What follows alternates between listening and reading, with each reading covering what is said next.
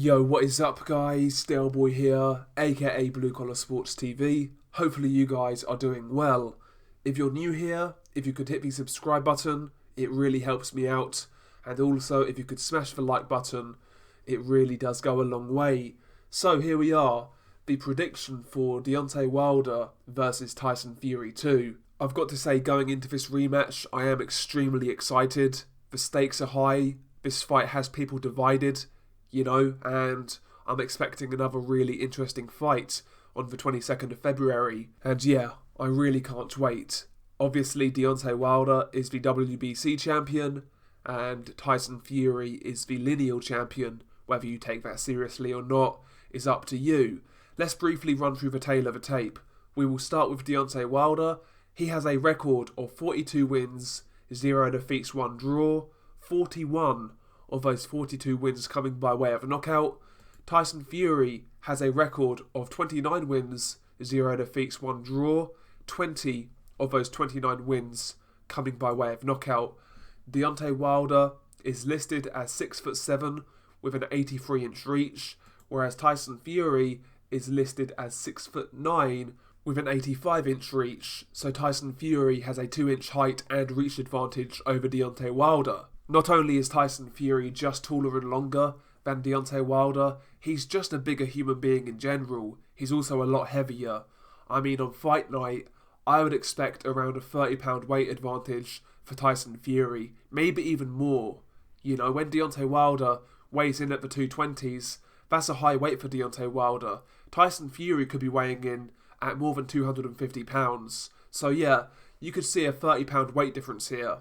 And combine that with the height and reach, that is obviously a massive advantage for Tyson Fury. Now, can he actually take advantage of it in this rematch?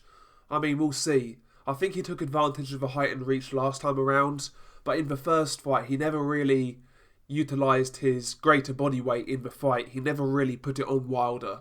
And that's what I expect to see in this rematch. I want to see Tyson Fury use that body weight a little bit more in an aggressive manner. Lean all over Wilder, really put it on him. He needs to make Wilder know that he's in there with a bigger dude, a bigger, stronger dude. Tyson Fury never really did that first time around.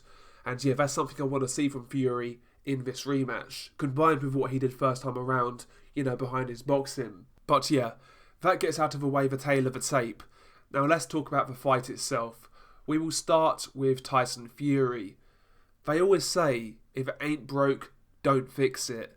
And that's one philosophy that seems to have gone out the window in the build-up to this rematch for Tyson Fury. If you've paid attention to the build-up, it looks like Tyson Fury's made wholesale changes to his training regime, his training techniques, the amount of weight he's going to carry on fight night, his tactics. It looks like Tyson Fury is making a lot of changes ahead of this rematch with Deontay Wilder.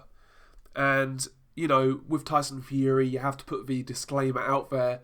He could be throwing us a red herring, because Tyson Fury's like that. But let's take Tyson Fury for his word. Honestly, are all of these wholesale changes needed?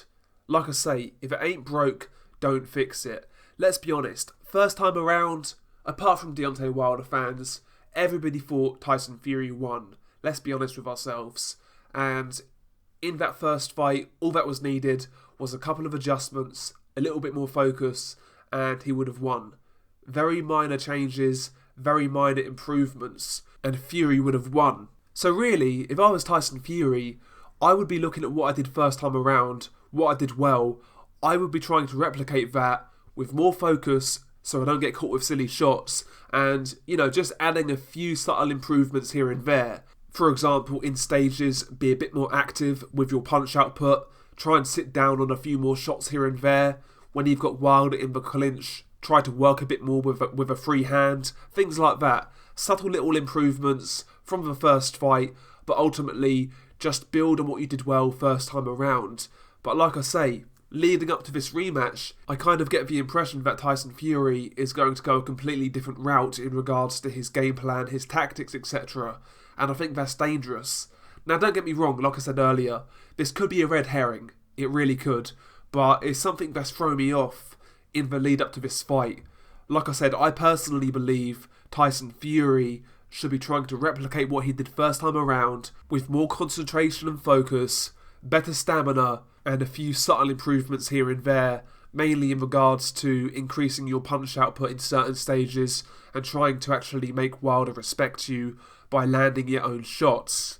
You know, I just think Tyson Fury needs to build on that first fight, not completely rip up the script. And that's what I want to see from him. Like I say, the improvements I want to see is mainly in regards to offense. So, again, we've mentioned it. If Fury gets Wilder in the clinch, I really want to see Tyson Fury work and not rest, because in the first fight, the two guys actually clinched a fair bit. Neither guy was working in the clinch, and it was clear to me anyway that Tyson Fury looked like the stronger man in that clinch, in the clinches. So he could wrestle Deontay Wilder around in those instances and also try and work with a free hand. You know, those type of tactics from a bigger man can really wear out the smaller Deontay Wilder. It can really rough him up and throw him off his stride. So I want to see that from Tyson Fury. I really want to see Tyson Fury be more rough and rugged in the clinch. Don't use the clinch as a safe space. Use it as an avenue to actually offset Deontay Wilder and to get some scoring shots off. Even if it's not clean and crisp, bash him up, maul him about, push him around, make it a physically hard fight for Deontay Wilder. Don't use that clinch as a safe space. Try to utilise that clinch as a way to try and rough up Deontay Wilder, because I think Fury's got the luxury of doing that in the clinch. Deontay Wilder is not great at throwing punches from short ranges. I'm not saying he can't do it. He does have a half-decent uppercut on the inside, but that's really not his game. The element of danger is not when Deontay Wilder is on the inside. When do you see Deontay Wilder knock guys out on the inside? Doesn't usually happen. So I think Tyson Fury's got a lot more room for error on the inside and in the clinch, meaning he can actually, throw more shots and take more risks. So I really do believe Tyson Fury needs to make those moments count. And a couple of more areas I would like to see Tyson Fury kind of improve on is, number one, his jab. His jab first time around was a nuisance. It was a point-scoring shot, but it wasn't really a hurtful shot. In this rematch, I would like to see Tyson Fury kind of vary that jab a little bit more. Don't just throw it as like an arm punch, pouring flick jab. Actually throw it with some authority and step into it, and try to make Wilder hesitant and reluctant to open up. I mean, if you go back earlier on in Deontay Wilder's career and watch the Johan Duhaupas fight, Johan Duhaupas was having a lot of success with that hard jab. All he was doing was basically marching forward behind a high guard and throwing a really hard jab. That's all he was doing. And, Duhaupas made Deontay Wilder look pretty poor, it's got to be said. So, again, that jab from Tyson Fury, yes, it's a point-scoring shot. Yes, it's a way to kind of keep Deontay Wilder off balance and guessing. But at the same time, it also needs to be used as an offensive weapon. And Tyson Fury didn't really do that first time around. And lastly, again, in regards to making Deontay Wilder miss, first time around he made Deontay Wilder miss, but he never really made him pay. There was a few times when he'd throw a pull right-hand counter and things like that, but again, very few occasions he was actively countering Deontay Wilder, and when he was, they were kind of pulled shots, arm punches, not really stepping into his shots and really making Wilder pay. Again, that's what I want to see in this rematch. Harder counters and more regular counters. So basically what I want to see from Tyson Fury is a replica of the first fight with a bit more offense. That's all I want to see, and I think if he does that, he's got a great chance of winning this fight. As for Deontay Wilder, what should he do? Where does he need to improve? What could he do to have success? Well, before we get into any of that, regardless of what Deontay Wilder does, he's always got a chance because of that right hand. As bad as he's fighting, as sloppy as he looks, if he lands that one shot, he can knock you clean out. So we have to take that into account, and that really is in the back of my mind when I talk about this rematch. But in this rematch, there are a few improvements I think Wilder can actually make. First and foremost, that jab. Now, a lot of people say Deontay Wilder's jab is trash, it's a terrible punch. Listen, it's no Larry Holmes jab, it's no Vladimir Klitschko jab, but Deontay Wilder's jab is a solid shot when he gets it going. And in the first fight, he actually had success with the jab. Hear me out. Not to the head, but to the body. Every time Deontay Wilder threw a body jab in that first fight, it landed. And I think Deontay Wilder might need to look at that shot as an avenue for success and scoring points, because in that first fight, a lot of the rounds were actually very close in regards to punches landed. So if Deontay Wilder can continuously pop that jab to the body, that's a good scoring shot for him. And I don't think Tyson Fury really defends that shot very well. Now, obviously, you can get countered when throwing that jab to the body, so you've got to be careful. But again, first time around, Tyson Fury really wasn't doing anything about it. So I'd look at that jab to the body for Deontay Wilder. Not only is it a scoring punch, like I said, but it's actually a really effective way of slowing your man down. If you can land that jab to the solar plexus of your opponent, you know, the first few jabs you take may not even feel like much, but if you've taken a few, as the fight goes on, you'll start to feel it. It's a good shot to really slowly suck the energy out of your opponent. And obviously, if Deontay Wilder can slow Tyson Fury down for 1 second, he can land that right hand. You know, if he can stop him in his tracks, make him slow, then that right hand is more likely to land. So I certainly believe that that jab to the body is a shot that Deontay Wilder should look at. And secondly, in regards to the body, first time around when Tyson Fury was on the ropes, Tyson Fury was kind of eluding Deontay Wilder's shots fairly easily.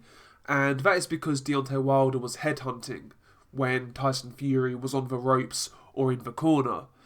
But when Tyson Fury is in those moments, his body is hittable. We saw that against Otto Wallin. So in this rematch, when Deontay Wilder has Tyson Fury against the ropes, I want to see Wilder dig to the body. I know Wilder's not a great body puncher, but he can throw a left hook to the body. And if Tyson Fury is in the corner, kind of being elusive, yeah, go for the head, but change levels, come down with a left hook, come back over the top with a right hand. Give Tyson Fury some different things to think about, because in that first fight, at times, Deontay Wilder was obviously very telegraphed. And, you know, not headhunting so much, especially in the moments where Tyson Fury is stationary against the ropes or in the corner. Try and work the body a little bit. Again, don't go crazy and just go Errol Spence mode and work the body, because you're going to get countered, but just change levels now and again, especially with that left hand, you know, to try and open Tyson Fury up a little bit more to headshots. So I do want to see Deontay Wilder look at that body a little bit more, both in terms of a jab and, you know, just body punches in general. And also, an adjustment Deontay Wilder made first time around that not many people picked up was how Deontay Wilder adjusted the trajectory of his right hand. Now, in the first 3 quarters of that first fight, Deontay Wilder was kind of punching upwards to try and catch Tyson Fury, and he was missing all of his right hands for the most part, and he was missing quite badly. And what Wilder was doing wrong was he was aiming his right hand too high, because despite Tyson Fury being a tall guy, he actually fights in kind of a crouch.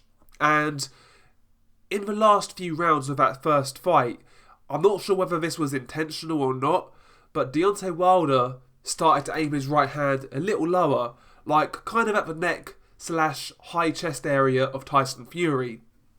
And once he did that, that right hand got a lot closer and obviously landed 2 devastating shots, which obviously dropped Tyson Fury. So, listen, in this rematch, look out for that as well. Deontay Wilder, aim that right hand just a little bit lower. High chest, low neck, and Tyson Fury's got a habit of kind of ducking into that shot. So I want to see Deontay Wilder make that adjustment in this rematch. And before I get into my final pick, all I want to say is my main hope for this fight is obviously that we get a fair fight and that we get a decisive winner with no nonsense. And obviously on top of that, we get a great fight. That's what I want from this fight. That's my expectations. That's what I'm really after. But in regards to my final pick, who am I picking in this rematch? I've got to say, sometimes in boxing, I feel you've just got to go with your gut. You can break it down a certain way, and stylistically you think a certain guy should win on paper, but boxing's not fought on paper, as we know. And A lot of times with these type of fights, when I ignore my gut, I get it wrong. So this time around, I'm going to go with my gut instinct, and we are picking Deontay Wilder by knockout. Now, I don't know when, but that's what I think is going to happen. I think Tyson Fury is going to switch off yet again, but this time he'll pay the price. So I've got Deontay Wilder by knockout at some point in this fight. Having said that, obviously Tyson Fury has a great chance, but I'm picking Deontay Wilder by knockout. Anyway, share your comments below. Who are you picking and how are they going to win? Share your breakdowns below.